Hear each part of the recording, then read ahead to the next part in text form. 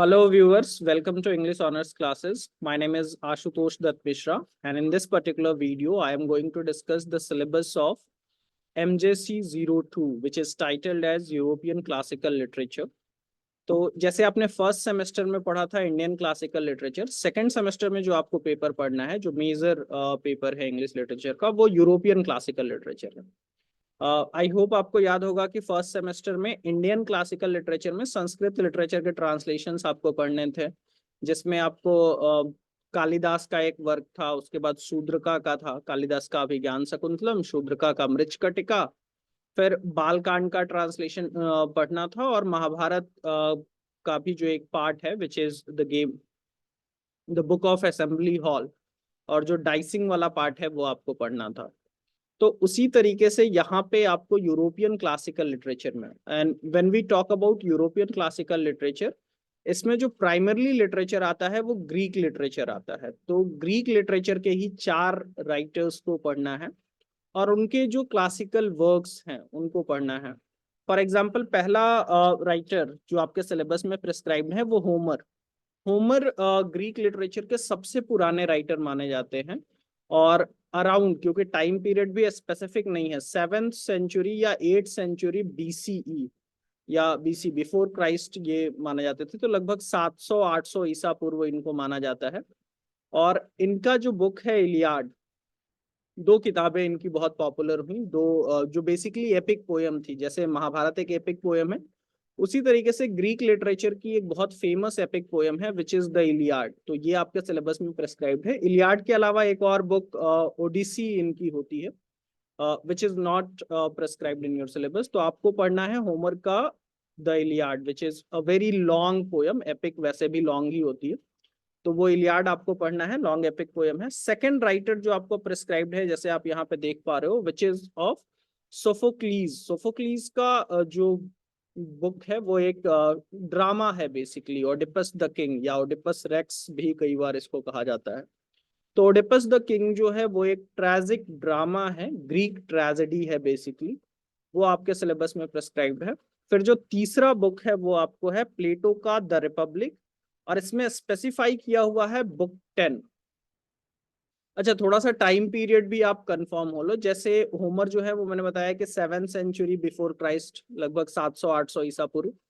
सोफोक्लीज का जो time period है वो आप मान के चलो कि 5th सेंचुरी, मान के क्या, अराउंड 5th सेंचुरी BC, मतलब 429 के आसपास जो है ये आपको रहे हैं।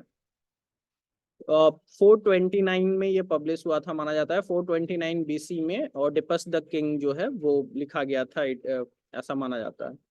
उसके बाद प्लेटो की जो रिपब्लिक बुक है, वो प्लेटो ने लिखी थी, जो 375 बिफोर क्राइस्ट इसका टाइम पीरियड मान सकते हो।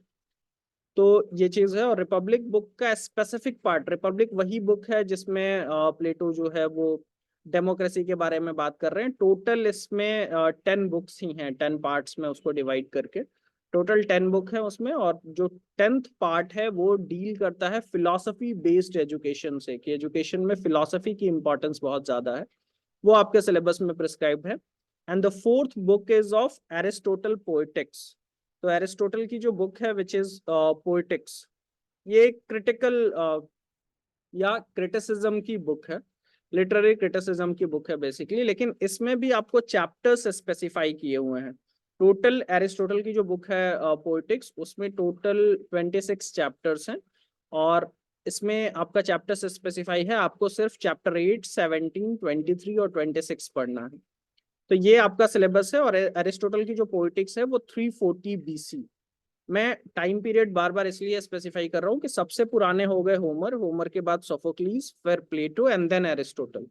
होमर का टाइम पीरियड आप 7th सेंचुरी BC कर लीजिए। उसके बाद सोफोक्लीज का जो टाइम पीरियड है वो 429 BC, and then the Plato in 375 BC, and then comes the Aristotle in 340 BC। तो चूंकि बिफोर क्राइस्ट है इसलिए ये इस तरीके से कर। तो सबसे पुराने होमर, और ग्रीक लिटरेचर में एरिस्टोटल। तो ये सारे के सारे क्लासिक राइटर है, 4 राइटर आपके सिलेबस में है। पहला वाला एपिक पोएट्री है, सोफोक्लस का ओडिपस द किंग जो है वो ड्रामा है, ग्रीक ट्रेजिक ड्रामा है, चारों राइटर्स ग्रीक राइटर्स ही हैं, और रिपब्लिक बुक जो है वो भी एक क्रिटिकल बुक है, और एरिस्टोटल की पोइटिक्स जो है वो भी क्रिटिसिज्म पे ही है।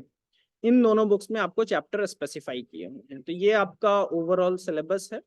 जो क्वेश्चन पैटर्न होगा आपके एग्जामिनेशन में, वो 2 पार्ट में क्वेश्चंस, 3 पार्ट्स में क्वेश्चन होंगे।